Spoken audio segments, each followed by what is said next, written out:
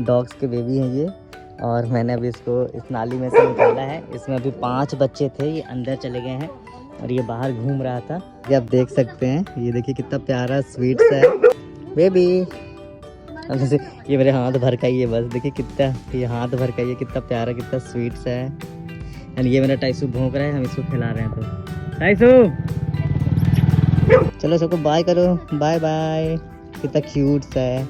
चलो baby bye करो। अभी हम इसको अंदर रख देते हैं, अभी मम्मी के पास चला जाएगा ये। जाओ अपने घर जाओ, बाय बाय। इसको मैं डेली खाना दे दिया करूँगा। आज मैं पहली बार इसको देखा हूँ बहुत दिन के बाद, मतलब इसके अंदर। और अभी इसको मैं खाना दे दूँगा। Bye bye.